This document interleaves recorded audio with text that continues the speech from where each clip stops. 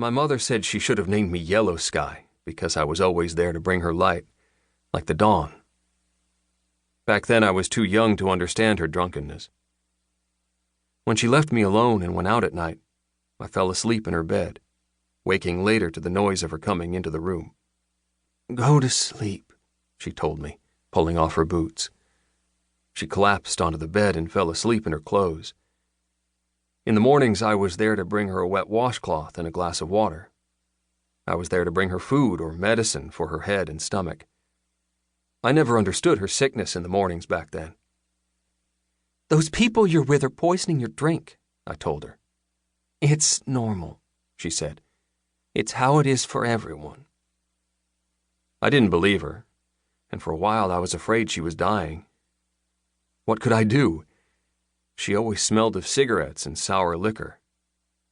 The nights she vomited, I was there to hold the bucket beside her bed and sing, trying to heal her. I stroked her long hair and the beads she wore around her neck. While she slept, I crawled into bed beside her and hugged her until I felt numb. I didn't want her to die. I was burned by hot grease once when I was 11. My mother was drunk, but it was an accident. She was cooking bacon late at night and screaming at someone on the phone.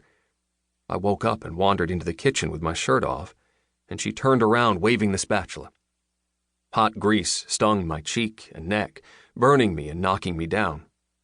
I cried out and fell to the floor. My mother started crying and helped me into a cold shower. I remember the cold water against my skin and my mother crying and saying we should go to the emergency room, but we never did. The scars are small but noticeable enough. For a while, my friends at school called me the burned boy. I saw a couple of her boyfriends treat her badly. One guy kept telling her to keep her fucking mouth shut. Another yanked her by the arm during an argument. I learned to look away, ignore them, do whatever I could to pretend they weren't abusive. These horrible men were the reason we left Cherokee County to start a new life. We rented a house just outside of Tulsa, and my mother found a waitressing job but got fired for showing up drunk.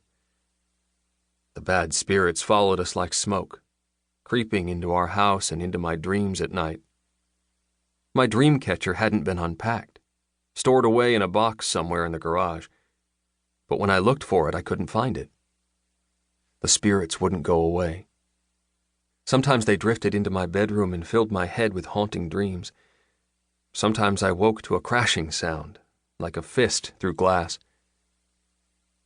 My mother wouldn't stop drinking or staying out at night. She got waitressing jobs and then lost them. The other waitresses didn't like her.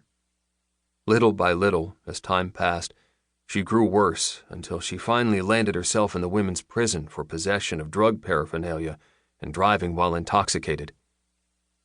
She got 3 years since she already had a record. After that, the state took custody of me and put me in a shelter until they could find a foster home. By 14, I was already smoking cigarettes and walking around alone at night. I visited my mother in prison with my social worker and kept waiting for her to straighten up like she said she would. She promised we would go back to living together again. Something inside me ached, like being held under water and straining for breath. At the shelter, I met some friends, like Coco, who told me he pickpocketed people at the state fair. He stole toilet paper every day from the bathroom of El Vaquero until the place failed too many health inspections and closed down. For a while, before he was picked up and sent to the shelter, he slept wherever he could, in the homes of strange men, under a pavilion in a park, on the wood floors of abandoned houses. Still, at the shelter I felt confined and lonely. I saw a house fire in my dreams. The place was burning, dark smoke coiling upward into the pallid sky. In my dreams, I longed to swim in that smoke, to fly around like a hawk circling in the sky. Outside, I beat on an iron fence with a spoon to drive away bad spirits. Sparks flew up and down the fence. Nights, I snuck out of the shelter and walked to the drive-in theater. From Waterman Road to Rockland, past Pop's Grill and the El Cortez Motor Lodge, where the welders and oil field